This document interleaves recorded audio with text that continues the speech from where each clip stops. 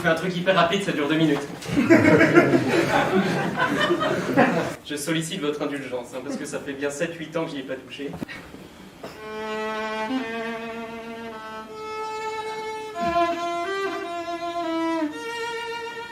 Si je tremble, ça s'appelle des vibratos, hein, c'est pas parce que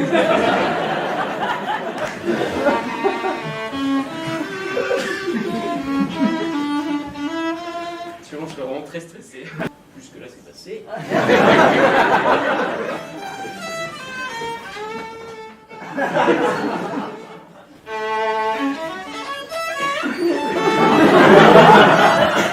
On n'a jamais eu de réponse de mon père.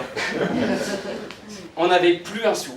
Donc Biggie a dû prendre un travail à l'hôpital, de 6h du matin à midi. Moi, personnellement, je me concentrais sur ma thèse, pour mon doctorat de philo. J'avais un sujet de thèse plutôt rare, la traduction originale d'Actelt et Gunnel, une épopée en nordique primitif inférieur. Le nordique primitif inférieur est très peu connu. Il s'agit d'un dialecte si fruste et si grossier qu'on n'en a écrit qu'un seul ouvrage. C'est une histoire d'amour intime entre un roi et une reine, Actelt et Gunnel. Ils sont deux contre le monde entier, un peu comme Biggie et moi. C'est une épopée minable. D'abord, c'est beaucoup trop long, il n'y a aucune versification, ni aucune métrique. Moi, je pense que l'auteur était une femme de la campagne. Ma traduction était littérale pendant les 40 premières strophes. Après, j'avais ajouté quelques trouvailles personnelles. Puis, je m'étais arrêté à la strophe 224 parce que j'avais tellement bidouillé le nordique primitif inférieur que je m'y retrouvais pas moi-même. Alors, avec tous vos grands principes, vous êtes un rat. Tout ce que je peux vous dire, c'est que vous êtes une saloperie de père.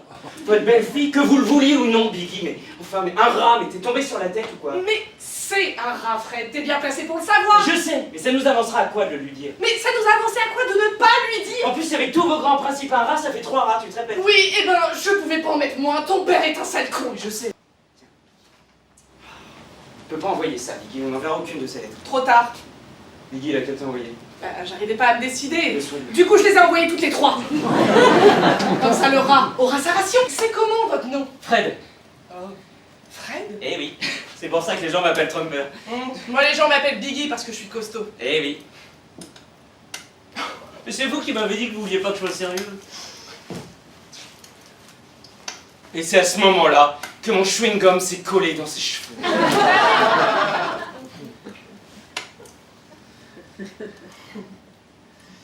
Ben, j'ai toujours été costaud.